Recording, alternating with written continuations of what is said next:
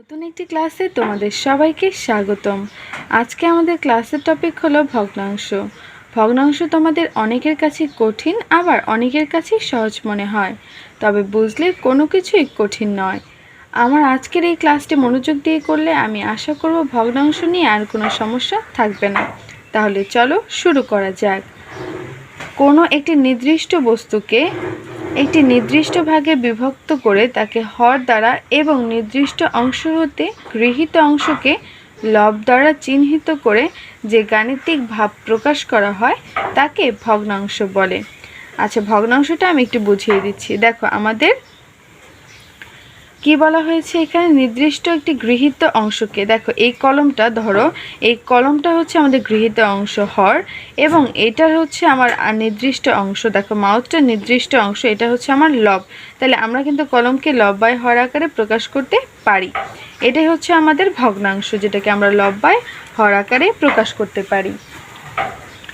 যেরকম দেখো 3-এর 2, 5-এর 4 এরকম। এখন দেখো আমাদের ভগ্নাংশ 3 প্রকার, 1 প্রকৃত, 2 অপ্রকৃত, 3 মিশ্র। এখন আমরা দেখব প্রকৃত ভগ্নাংশ আসলে কী জিনিস। দেখো লব বাই, আমরা তো ভগ্নাংশ জানি লব বাই হর। এখন প্রকৃত ভগ্নাংশ হলো যে ভগ্নাংশের লব ছোট হর বড়। যেরকম দেখো লবটা কি আমার ছোট, হরটা বড়, এটা কি আমার প্রকৃত ভগ্নাংশ। এরপরে দেখো অপ্রকৃত ভগ্নাংশ। অপ্রকৃত ভগ্নাংশের হবে তোমার লব বড় হর ছোট। দেখো লব বড় হর ছোট, এটাই হচ্ছে আমার অপ্রকৃত ভগ্নাংশ। আর মিশ্র ভগ্নাংশ যেটা, দেখো লব বাই হর। মিশ্র ভগ্নাংশ হলো যেটা তোমার সমস্ত আকারে থাকে বা পূর্ণ সংখ্যা দ্বারা সমস্ত আকারে ভগ্নাংশটা থাকে। দেখো 2/3, এগুলো হচ্ছে আমাদের মিশ্র ভগ্নাংশ। এখন দেখো আমাদের ভগ্নাংশ তো ক্লিয়ার হলো, প্রকৃত অপ্রকৃত মিশ্র। এবার আমরা দেখব ভগ্নাংশের ছোট বড় কিভাবে নির্ণয় করে। এখন দেখো ভগ্নাংশের ছোট বড় নির্ণয়ের জন্য অনেক নিয়ম রয়েছে, কিন্তু আমরা কোনো কঠিন নিয়মে যাব না, আমরা তোমাদের সহজ এবং সঠিক নিয়মেই শেখাবো। দেখো আমাদের ভগ্নাংশ যদি আমরা নির্ণয় করতে যাই, তাহলে আমাদের এটার একটা নিয়ম রয়েছে যে যদি লব একই রকম, দেখো এটার কিন্তু হর একই রকম, তাই না?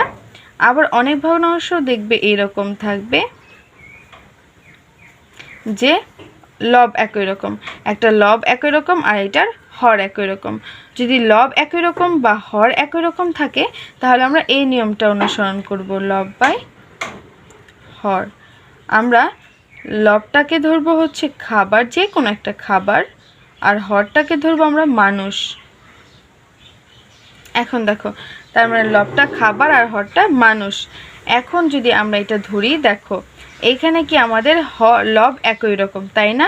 তার মানে লবটা খাবার, যে কোনো খাবার, ধরো তোমার একটা পছন্দের খাবার, বা এখন গরমের দিন আমি যদি 7 আপ ধরে নিই বা কোনো ঠান্ডা পানীয় জাতীয় জিনিস, দেখো তাহলে 7 আপ যদি ধরে নিই, দেখো এইখানেও এই টেবিলেও আমার 5 জন রয়েছে, এই টেবিলে কতজন? 3 জন। কিন্তু এইখানে ধরো 4টা 7 আপ দেবে, এইখানেও 4টা, তাহলে 5 জন যেখানে আছে ওইখানে গেলে আমি বেশি 7 আপ পাবো, নাকি 3 জন যেখানে আছে ওইখানে? অবশ্যই 3 জন যেখানে আছে ওইখানে গেলে আমি 7 আপ বেশি পাবো। তাই আমার বড় কি 4/3, এটাই আমার বড়। এরপরে আরেকটু বোঝাচ্ছি, দেখো যদি বলে 5,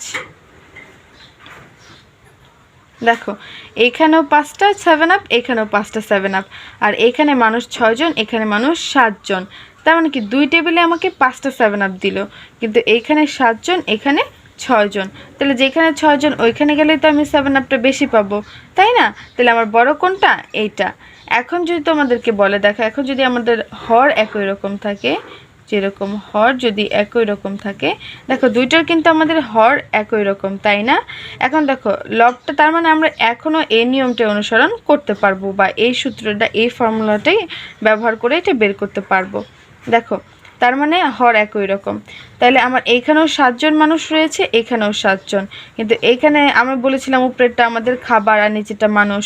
তাহলে দেখো তাহলে এইখানে 3 জন আর এখানে 2 জন, আর 2 টেবিলে কি, দেখো এখানে 3টা 7 আপ, এখানে 2টা 7 আপ, আর এখানেও 7 জন, এখানেও 7 জন। তার মানে কি আমি যেখানে 3টা বেশি থাকবে ওইখানেই তো আমি বেশি খেতে পারবো, তাই না? তার মানে আমার এইটাই বড়, তার মানে আমার 3/7 বড়। এখন যদি বলতো ছোট কোনটা, এখন দেখো যদি এটা তো আমরা বড় নির্ণয় করেছি তাই না, এখন যদি বলে ছোট কোনটা, দেখো 4/5 এখানে 4/7। দেখো এখন যদি আমাকে বলতো ছোট কোনটা, তাহলে আগে আমি নির্ণয় করব যে আমার হচ্ছে দেখো এখানেও 5 জন, এখানে 7 জন, আর এখানেও 4টা 7 আপ, এখানেও 4টা 7 আপ। তার মানে যেখানে কম মানুষ 7 আপ বেশি, তাহলে সেখানে তো আমি বেশি খাবো, তার মানে এটা বড়। এখন যেটা বড় না সেটাই তো ছোট, তাই না? তার মানে এটা বড় নিশ্চয়ই, তার মানে এটা ছোট, তার মানে এটা ছোট। তাহলে আমি যখন ছোট নির্ণয় করতে বলবে তখন আমি আগে বড়ই বের করব, আর যখন আমাকে বড় নির্ণয় করতে বলবে তখন আমি বড়ই বের করব, কারণ যেটা বড় নয় সেটাই ছোট, আর যেটা বড় সেটা তো বড়ই। ঠিক আছে, এখন কি এটা ক্লিয়ার হয়েছে? এখন তোমাদের আমি দেখাবো যে যদি হর বা লব একই রকম না হয় তখন আমরা কি নিয়ম অনুসরণ করতে পারি। দেখো